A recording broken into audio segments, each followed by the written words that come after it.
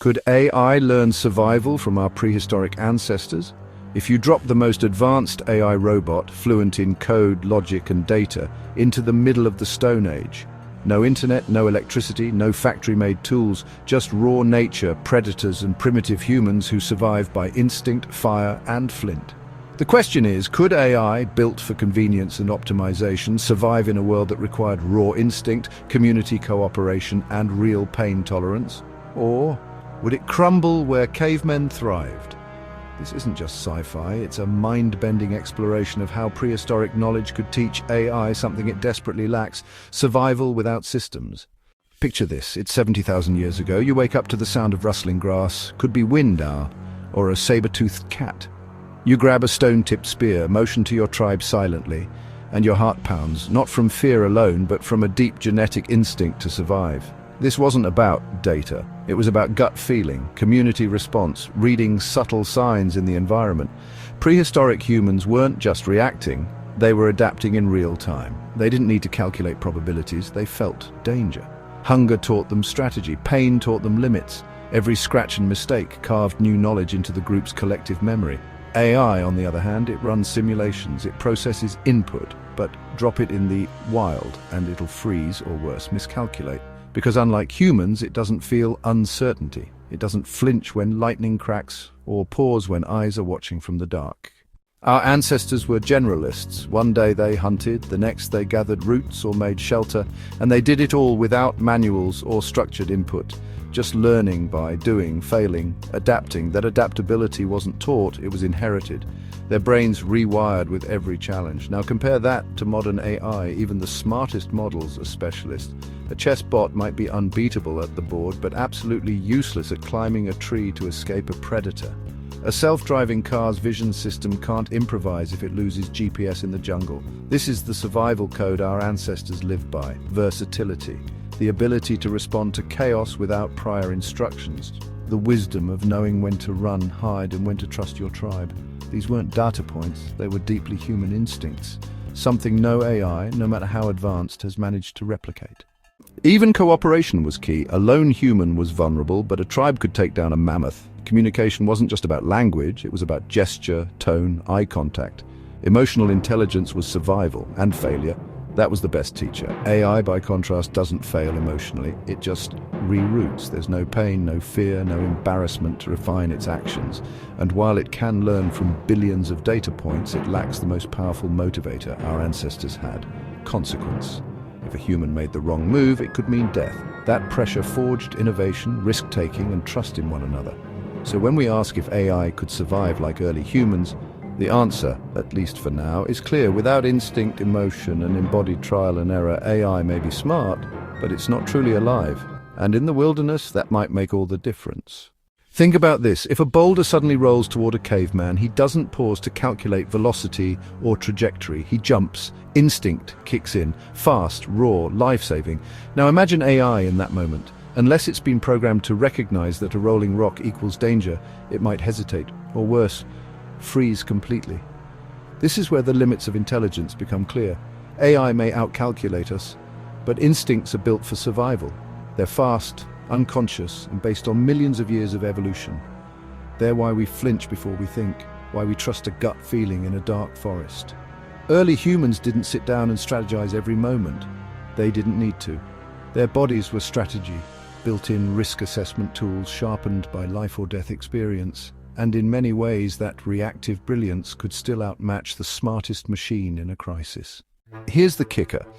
Instinct is relational. It's not just about personal survival, it's about reading others. Prehistoric humans had to pick up on subtle cues. Is this person afraid? Are we being watched? Should I trust this group or walk away? AI, even the most advanced today, struggles with nuance. It can detect patterns, but it doesn't feel tension in a room. It doesn't pick up on unease in someone's voice or sense betrayal before it happens. But early humans, they had to. Misreading another tribe's intentions could mean ambush. Missing signs from nature, a sudden silence in the forest, could mean predator. So, while AI might pass IQ tests, humans passed survival tests daily. Our ancestors' intelligence wasn't in their thoughts, it was in their reflexes, emotions, and connections to one another. That made them adaptable. That made them powerful. And that's something AI hasn't quite cracked. Now let's talk pain. Yes, pain. It's the ultimate teacher. Burn your hand on a fire once and you never do it again. That searing moment becomes a lifelong lesson etched into nerves and memory. But AI doesn't feel pain. It doesn't recoil or remember trauma. It can record data, sure, but it doesn't internalize it. Without real consequence, how deep can a lesson go? Pain, fear, joy, hunger, these shaped how humans survived and evolved. They weren't bugs in the system, they were the system. So could an AI outperform a caveman on a math test? Of course. But in the unpredictable, unforgiving world of nature, where outcomes are messy and survival is emotional, Caveman had an edge that can't be downloaded. Gut instinct, it's fast, it's felt, and sometimes it's the only thing that keeps you alive. Evolution made us who we are, messy, emotional, adaptable beings shaped by time, failure, and chaos. From the first spark of fire to farming and building societies, every generation of humans learned not just from knowledge, but from experience passed down in blood, stories, and scars. Now picture AI. It doesn't evolve in generations, it gets upgraded. It doesn't grow up, it gets installed. When a human child touches a hot stove, they learn never to do it again. But an AI, it needs explicit instructions. If heat detected, do not touch. And even then, it only knows it, not feels it. Evolution is messy, trial and error, millions of years of risk. We adapted because we had no choice, but AI can't evolve like that, not yet. It doesn't bleed, doesn't breed, doesn't pass on its mistakes through time. And without that kind of transformation, survival in the wild stays just out of reach. Let's imagine AI in a truly new environment, something it wasn't trained on. No data, no internet, no predictable inputs, just chaos. A flood, a blizzard, a forest fire. Humans don't need prior knowledge to respond. We improvise.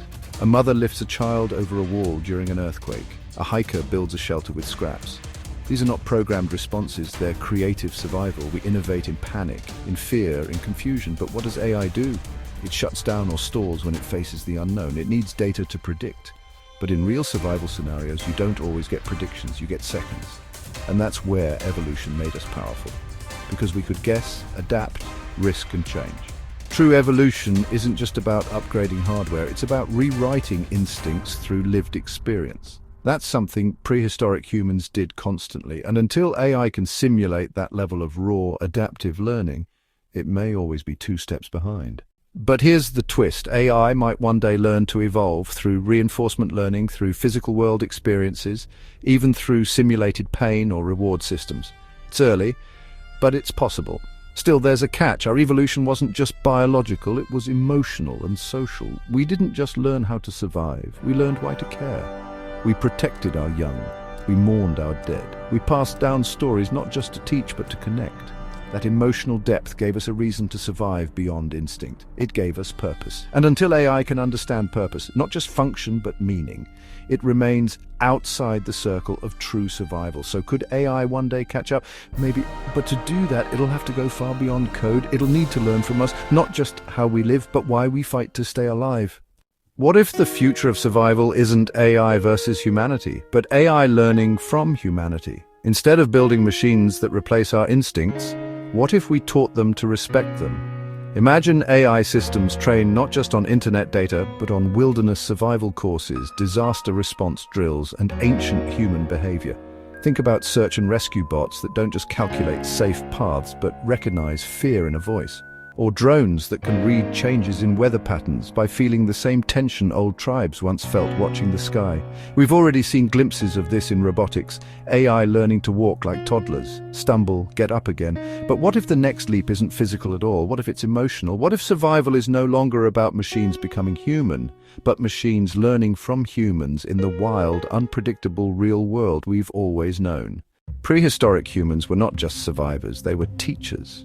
They passed down survival through stories, rituals, mimicry. And maybe that's where AI could learn best. Not from raw data, but from immersion in human experience. What if an AI assistant lived with a tribal community for a year, not to monitor, but to observe? To see how children learn danger, how elders signal caution, how groups share responsibility when disaster strikes.